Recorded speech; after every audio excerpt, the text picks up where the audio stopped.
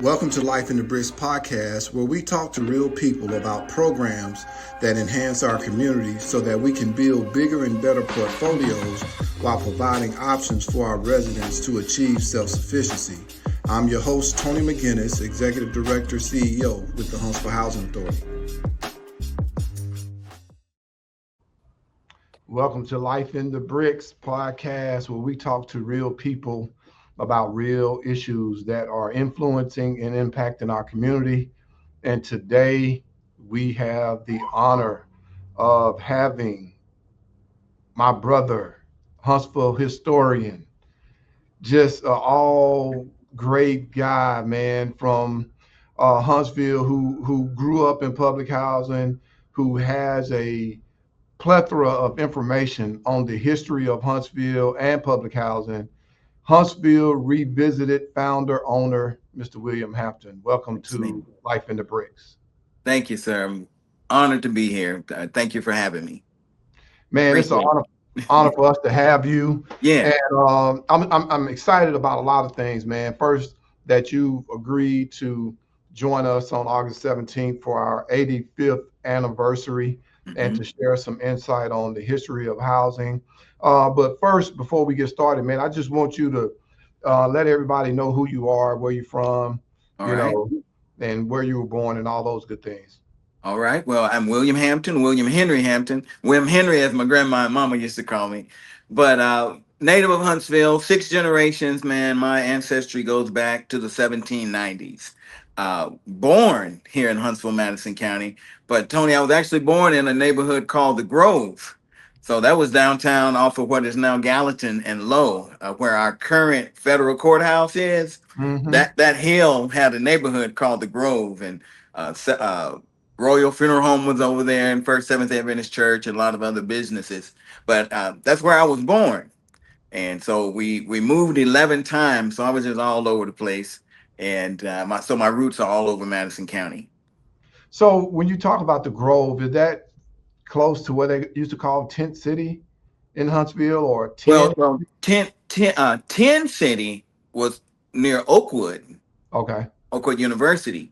But there was an area called the Honey Hole that was a few miles from the Grove. But no, it was, let's say you had the Green Flat, which was not far from there. Heart of Huntsville Mall was over where the Green Flat was located. But no, 10 City was near Oakwood. And then, of course, 10th Cavalry Hill was where our Northwoods housing project. But no, the Grove was on that hill right there. Now, was the Grove mainly African-American families? Yes. And then on the outskirts, you had some businesses like Lucy Heiss's grocery store. So you had some businesses that blacks, shopped at. And then, of course, there were some Black-owned businesses there because as you go north on Church Street to more of the Black business district. But in the Grove, you had just right there on the outskirts, Dr. John Cashin's dental office, Dr. Fearn was over there. Dr. Herford was over there for a while. Albert's Florist was in there. So those businesses were there in the Grove. And then Adela's Supper Club, the Chicken Shack. So we had a little nightclub that was on the Chitlin Circuit that was over there also. So is Albert still kind of in the same place now? He's about a block and a half southeast of the Grove. Okay. So started out up there on Pulaski Pike, and then I think to Holmes, and then to the Grove. No, he started off in the Grove actually at Royal Funeral Home in a little side building there at Royal Funeral Home, and then he's been where he is now on Madison Street. Been there for decades. Wow. So you grew up in the Grove, and then at some point your family moved to public housing. How was life living in public housing? And what neighborhoods did you stay in? Well, we moved from the Grove to a street called Calvary Street. So we lived there for a while. Then 1964, 65, we moved to Klondike in Northwoods. And I always throw an S on there because, growing up there, people call it Northwood, but it's Northwoods. There's an S on there. So 1964, 65, we lived there on Klondike. So So I actually lived in two different housing community project public housing communities, Northwoods and Mason Court. Of course, the official name is Sparkman Homes, but we lived there. We called it Mason Court, which is the street name. Now, when I was coming up, and I used to tell people this all the time, Mason Court was also called Little Vietnam, but there was a debate here recently. Somebody asked me a question about, okay, why did people start calling it Sparkman Homes Hmm. back, in the day rather than Mason Court? Do you have knowledge on that? I do. In fact, when we lived there in 1968, 69, that was they called it Vietnam. But the official name of that housing project is Sparkman Homes. It's on Mason Court. That's the Mm-hmm. street name. So it's Mm-hmm. named after Senator John Sparkman. That's where it got the name. But Mm-hmm. us locals, us residents called it Mason Court. We called it by the street name. But Right. it was always been Sparkman Homes. And so that's the answer that I gave, but I, Hmm. I just didn't know if there was any validity in that. Oh yeah, But and there's documented proof to it. And then of course Mason Court is named in honor of Oscar Mason, right. who was the owner of the Mason's Jewelry Store and Mason's Furniture Store. And he was Wow. also a city councilman. But yeah, Oscar Mason is who Mason Court was named after. The street. The street, Right. Yeah. yeah, Street. the street, Mm-hmm. and all those names in that area. Terry Heights, that was T.T. Terry. That was a family. That was they had T.T. Terry's department store downtown on the square. So Terry Heights gets its name from a family. The Derrick Street, Eldridge Drive, all of those streets were named after actual human beings. You Wow. know, and even Hall, which is on the south Mm-hmm. side of the Mason Court community. You had Hall Avenue over there. So that's the Hall Bryant. Mm-hmm. They're Mm-hmm. related to H.C. Blake. Mm-hmm. That's all family. Those names, Braun Spring, those are all real human beings, but all connected to the family of Jim Batson, who owns H.C. Blake. All Wow. that's their family. Wow. One day I have to tell you the story about that family and my family from way back in the day. Yeah, Okay, the you Blakes probably and the know, Batsons. yep, yep, yep, yep. But Okay. I'll share that. But growing up in public housing, man, how Mhm. how was it for you and your family back in the mid '60s, growing up in Northwoods and in Mason Court? I actually thought we had moved on up a little bit because many of the houses we lived in were little shacks, little wooden shacks with we had outhouses, Tony. And so when we moved in public housing, man, we had indoor plumbing and we lived in a brick house. So it was a sense of community. Now this was during when I was at Calvary Hill. We lived in Northwoods, and just the community, the family.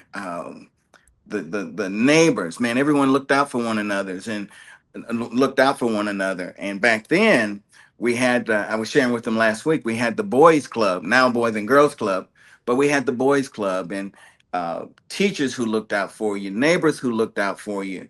We'd play outside, play in the back alley there. So kids from Timber Lane and Poplar, we would all gather there in the alley and play kickball and tag and red light, green light, and hide and seek. So growing up, just the sense of community and family, that was just fond memories of growing up back then. Even Mm-hmm. got lost one day, especially first grade. I was coming out of the school, and I had a cousin who lived there on that street right in front of Calvary Hill, not Yukon, forget the name of the street now, but the one right that connects to University. So I had a cousin who lived, and she would hang sheets or quilts or something on her clothesline. So I would know to cut through her backyard to go home. And one day somebody took the clothes in off the line. I ended up way down there, almost by Douglas Tabernacle.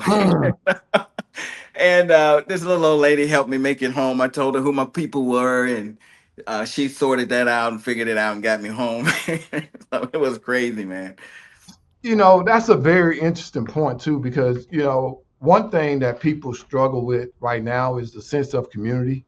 Uh But huh. here you are, somebody in the first grade walking home from school. Yeah. And I used to tell stories about just kind of being in elementary school or walking through Terry Heights from Mason Court Yeah. to school. and it wasn't no thing. Everybody At looked out all. for each other, man. And Hmm. that's the one thing that we got to get back to as a community, where people are genuinely concerned about Yes, everybody sir. in the community, because that's what's going to continue to help us as people Hmm. come together. It don't matter what neighborhood you stay in, but when you got a sense of community, everybody can achieve a little bit more. So was there anybody in particular who maybe influenced you, or help you as you lived in public housing, or anybody that you particularly looked up to? Oh, I looked up to, of course, I loved hanging around older folks, but there was a guy, um, um, oh my goodness. He actually didn't live in the public housing. He lived over on Lee Drive. Tony Steele. And then my brother, I have a brother, Darnell, who's 4 years older than I am. So I looked up to a lot of those kids. But B.O. Hampton, Willie Hampton, they lived up on 10th Cavalry Hill, which bordered the Northwoods Housing Project. So those are people I looked up to. My teachers, my teachers at Cavalry Hill, I just adored them. Joe D. Rice was our principal. Miss Perkins was my first grade teacher. Her son, who's in our class, Byron. Byron is now an attorney. He worked with Johnny Cochran for many years, the Cochran law firm. But he, product of right there, lived in Love Subdivision at one time. But as far as the older kids, um, Tony Steele, he just influenced me with photography. Um, we loved music, listening to music. And then other kids I played with back then, Ricky Patton, people like Ricky Patton, Benny Thompson, Eric Horton, or the late Mhm. Eric Horton, now lived over in Love Subdivision. But those were a lot of my playmates back then. Dion, Thaddeus Patton, they lived there right behind us. They were neighbors.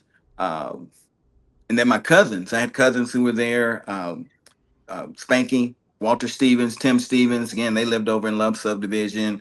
Friends who lived on Beard, Felix Hargrove. So a lot of the people I looked up to were around my same age. But Peter Rabbit, we called him Peter Rabbit. Felix Hargrove, Mhm. my Mhm. best friend, one of my best friends to this day.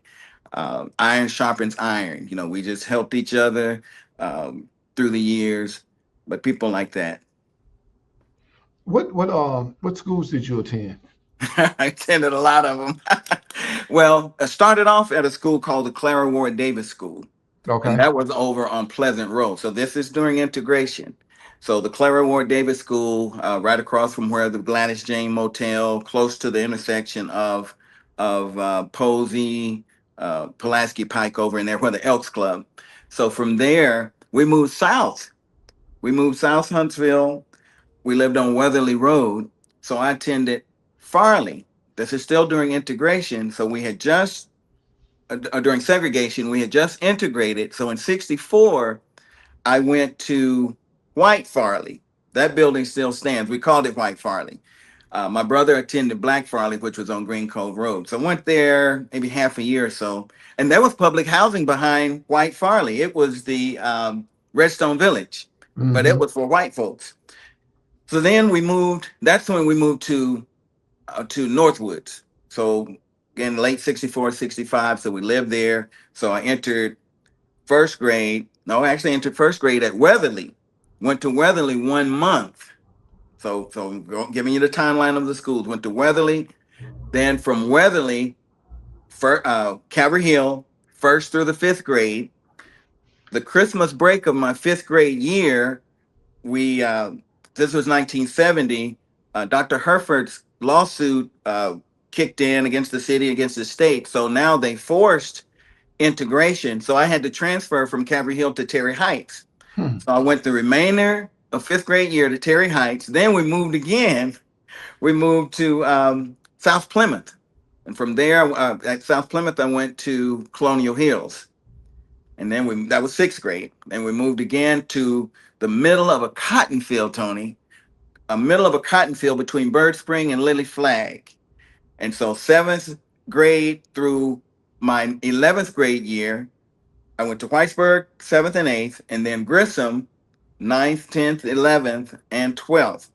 But my senior year, the summer before my senior year, we moved to Hall Avenue, to Lowry Street, there off of Hall. So I lived in the Butler district my senior year, and I didn't want to transfer again. So we had I went to 8 different schools. We moved 11 times. So I drove from Lowry Street behind Stone Junior High to Grissom during my senior year. So that was my trek from Huntsville Public School System. We lived we lived in Love Subdivision, Edmonton Heights. We lived on Boundary, which runs, right between Northwoods and 10th Cavalry Hill. We lived on Cardinal. We lived on Craft. So every 2 or 3 years, we would get evicted. And my mom didn't pay her bills, and we would get evicted. And during that time period, until she could get back on her feet, we would move in with my great grands or my grandparents. And then until she was able to save up and get us a place. And so that was happening during that time period. Man. So let's talk about, going to Grissom back in the late 60s, early.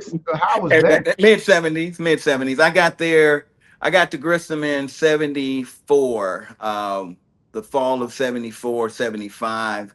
That was my freshman year. And it was an experience. My sophomore year, we had the fifth largest student body in the state. Butler had the largest student body that year. We had to go to school in shifts. You could go 7 to 2, 8 to 3, or 9 to 4.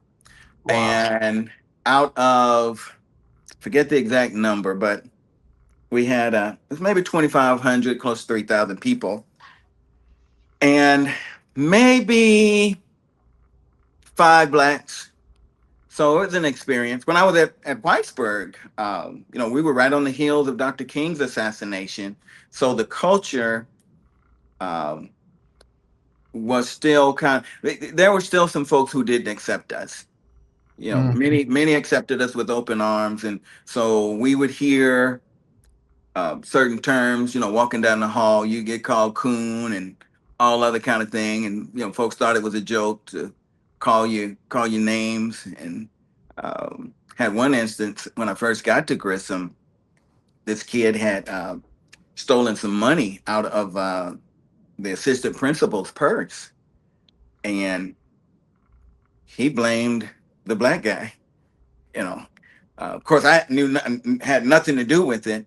But after the principal sorted it out, and the assistant principal sorted it all out, and realized I had nothing to do with it. But that student thought it was just I was an easy target. Say, Wow. yeah, I saw him. I was nowhere near the office and stole the $250 out of the assistant or one of our female principals, out of her purse. So that kind of thing. You hear stuff like, "Girls, hold your purses. Couple of coons coming down the hall." That kind of thing. They'd laugh, think it was funny, but we made it through it. Man, that definitely is some interesting times. And especially where we are today when it Uh comes huh. to some of the redistricting that's taking place on voting. And you lived through that, and now to just kind of hear about it even again has to be alarming because we definitely don't want to go back. And for No, we those, don't. oh, We don't. Mm-mm. I was that telling my that daughter not too long ago. Yeah, I've got 25-year-old twins, and was saying, it's feeling a lot like the '60s. Just the climate, the tension. Seems like we're sitting on a powder keg. Uh, I hope we can find it within ourselves as humans, and those of us who profess Christianity, for the love of Christ, for the love of God, to um, do unto others. That's the golden rule. So it just seems like we're turning back into some times that are a sad chapter. That's a sad chapter in American history. so I wanted to ask you about Calvary Hills and Northwoods and the importance of people understanding what the Buffalo Soldiers mean to Yes, sir. Huntsville, and then just kind of having that history right around Northwoods, man. Can you talk about Mhm. that? I most certainly can. My great grandfather served with General Pershing, Blackjack Pershing, who was commanding officer of the 10th Cavalry Buffalo Soldiers. Back in 1898, the Surgeon General of the United States determined that Huntsville was the cleanest city in America. So the soldiers who served in the Spanish-American War were sent to Huntsville to recover from their illnesses. The most popular, most widely known of that group of soldiers were the 10th Cavalry Buffalo Soldiers. Originally camped downtown, some of them on Montesano, but there were some problems with local citizens and with some of the white soldiers. So they were kicked out of downtown and sent to the North Woods. That's where the S comes from. They were sent to the North Woods. And the black folks in the community, because, there was no housing project then, the black folks in the community called that hill 10th Cavalry Hill. And so that's where that name comes from. And so, my grandparents shared that story with me. Even Calvary Street that we lived on for some time was misnamed. There's a street that runs parallel to it called Lucille Street. Lucille is my grandmother who named the streets. And so, yeah, she lived at 1612 Calvary. So, I had some connection and loved the fact that I grew up on Calvary Street. That was one of our homes, many places that we moved. We even had a tourist home on that street. So you heard about the Negro Traveler Green Book, and where black people had to stay during Jim Crow South. At 1600 Calvary Street was Miss Delia Alexander. Her house was one of the lodging houses during the Jim Crow era, and her home was one of those tourist homes that travelers came and stayed when they couldn't stay in hotels downtown. And then if she had an overflow, then my grandmama, people stayed in a little apartment that my granddaddy built on the back of her house, an extra room. And then the lady across the street, Miss Queen Madden, and her husband Maple Madden. So that was all a part of that 10th Cavalry Hill neighborhood community. You probably remember a guy, Moody Brooks. Remember Moody? That name sound familiar? Moody Brooks was there. He was instrumental in having our sidewalks installed. There's a traffic light at the intersection of Poplar and Pulaski Pike. Mr. Moody Brooks is the reason that traffic light is there. There used to not be a traffic light. We had a lot of wrecks right there, and some people would get killed. Kids would get hit crossing Pulaski going down to the mall. There was no traffic light there. Right. So Mr. Moody Brooks would go down, and he would walk to city council every city council meeting, and he would advocate and solicit the city to put a traffic light there. And there was a comical moment in one of the city hall meetings because Mr. Reverend Moody Brooks, who was a pastor also at St. James, he told him at one of the meetings, he said, I think he said it was like 135, maybe 140. He said, I counted 140 cars. Now, if you know Moody Brooks, he was blind. And so the councilman said, well, if a blind man can count 140 cars, we need to put a traffic light there. So he was just instrumental in so many things, advocating for civil rights and for us children in the Northwoods Housing Project. So you had, Moody Brooks, and then again, our teachers in the neighborhood. Our teachers also lived out there in Love Subdivision and over there on Council, which was right behind the Elks Club, that neighborhood there. So that was still a part of our extended neighborhood. So 10th Cavalry Hill, the Buffalo Soldiers came in. They were here from October 1898 till January 1899.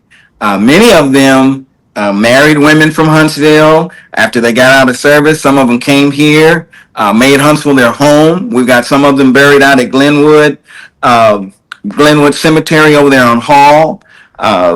So many of them took root, went to Alabama A&M. So a lot of them, became invested in our Huntsville community. So we still have deep roots with the 10th Cavalry Buffalo Soldiers and the 9th Cavalry Buffalo Soldiers.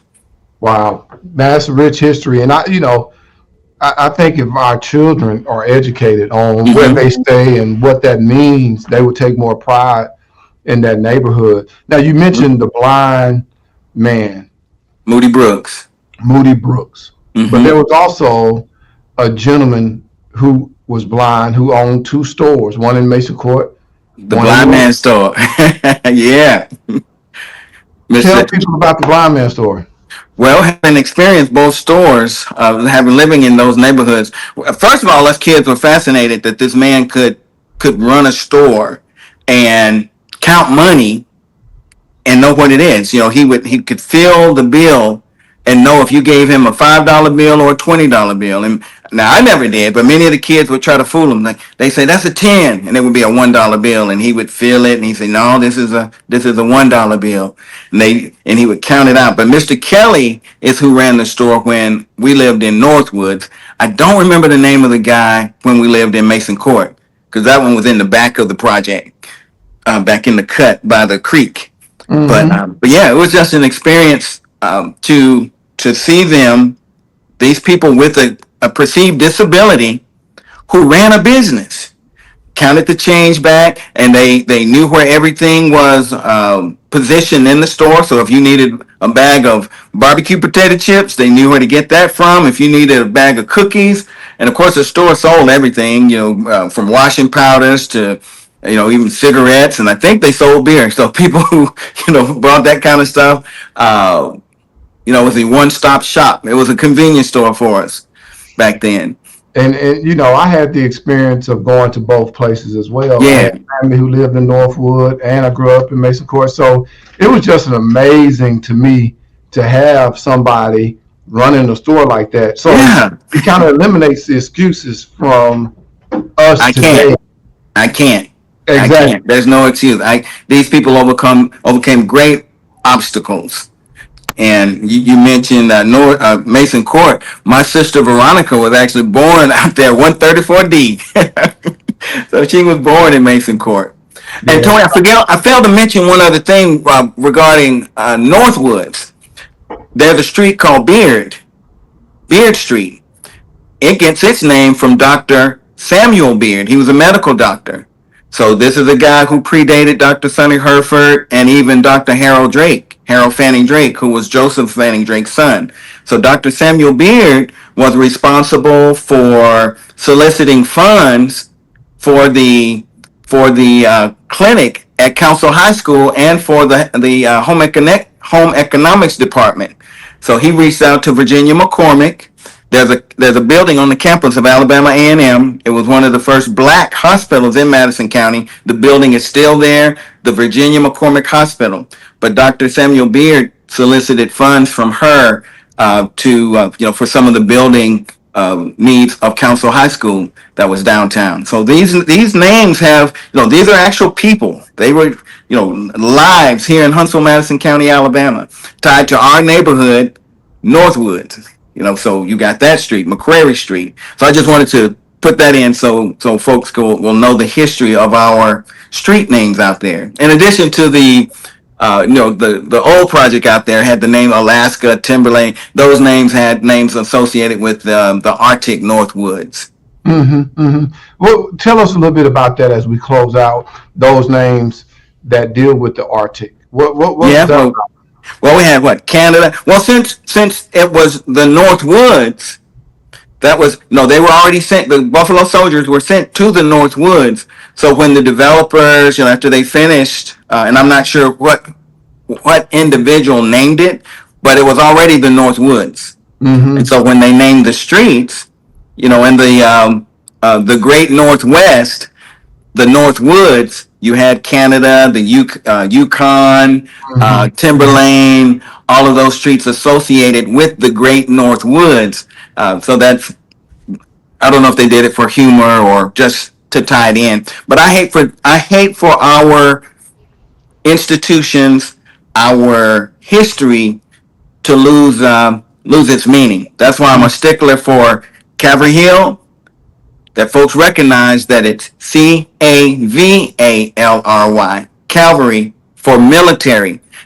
As a Christian, I recognize Jesus died on the cross, Calvary, Calvary, but that hill's history is not associated with that. It's associated with the military, the Right. 10th Cavalry Buffalo Soldiers. So I see as other people come into the community and they're doing things, the meaning changes when they're putting flyers up and it says Calvary. That's not how it got its name. It's the military. So the history of it is important. And I had someone tell me this about 5 or 10 years ago. that neighborhood does not merit a historic marker. There's no historic significance for that neighborhood. And I beg to differ, Mm-hmm. because we had historic figures that neighborhood. Of course, the 10th Cavalry Buffalo Soldiers, but then our historic figures like Moody Brooks. The Beardens lived out there. You know, we celebrate Dr. Sonny Herford and Huntsville's integration, but we also had David Osmond, Piggy. David Piggy, his daddy, Cleveland Piggy, lived on Calvary Street. He was the pastor of Mount Olive Baptist Church there on the corner of Calvary and University. He Wow. was one of those 4 kids who integrated in 1963. We had 4 kids, not one. David Osmond Piggy, John Bruton, Veronica Pearson, and Sonny Herford. Wow. 4 kids. And Jimmy Bearden, who lived in our neighborhood, would have been that 5th child. And they had to pull out, the Beardens, because Mr. Bearden, his dad, worked for IBM, and there was pressure from them to pull out. Wow. So the 4 remaining kids, all their parents were really self-employed. So there was no pressure of losing your job. That's some of that history, man. Man, that's rich. Mm-hmm. That's rich history that, again, I think our people need to know, and we thank you for sharing it. So as we close out, man, is there anything that you want to say to the audience that, you know, that you can remember about how public housing helped shape you to who you are today? Anything that you would like to share? It helped me understand that I can overcome any obstacle, and that the perception, and I've always known this, and I thank God for allowing me to have lived in the public housing communities. And even after we moved out, I was still connected because I had family and friends who lived there. But what it taught me is that no matter what your circumstance is, you can overcome. And then community support, and we lived in we didn't live in nice neighborhoods, but we lived close to them. And so the support that those neighborhoods had, we had it there in public housing as well. People might not have had as much money individually, but collectively, when you put your nickels and dimes together, we had people supporting us, man, to be able to eat. I shared a story last week with for the other video. You know, there were times we weren't able to eat, and we just didn't have food. And neighbors would come together, man. Miss Alberta Whitman, 134A Mason Court, made sure that we ate.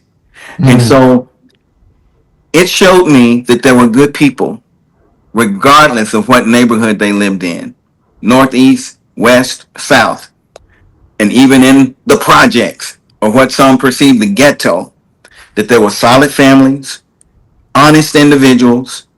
You know, I never believed the negative stories about everyone who came out of the project. What was that? No good thing comes out of Nazareth. Nazareth. But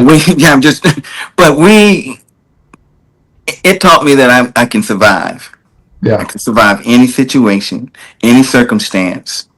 And I stand on solid foundation from having the experience of having lived in Northwoods Housing Project and in Sparkman Homes Mason Court.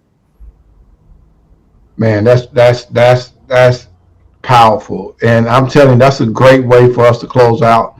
Man, I want to thank you for just spending some time with us today. Anytime, Tony, anytime. This has definitely been rich, and I'm sure that all of our listeners will be able to appreciate everything that you shared. And again, I'm looking forward to the presentation on the 17th, man. All right. I want to make sure that I invite everybody who hadn't already registered to come out to that 85th anniversary celebration, because it's going to be rich, man. Thank you again. You're welcome For being with us. And please, if you're listening to this show, you can share this on all your social media platforms. This has been a great day of history, and we want to thank William Hampton from Huntsville Revisited for joining us today, man. We appreciate you. Thank you. You're welcome. And old friends will remember me from the neighborhood as Peanut. All right. Honored to be here, man. Blessings. Appreciate it. All right.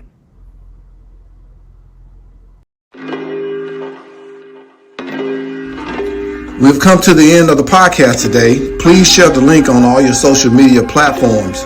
We hope that you all will join us again next time. Until then, keep serving and keep pushing. This has been another amazing episode of Life in the Bricks podcast. Peace.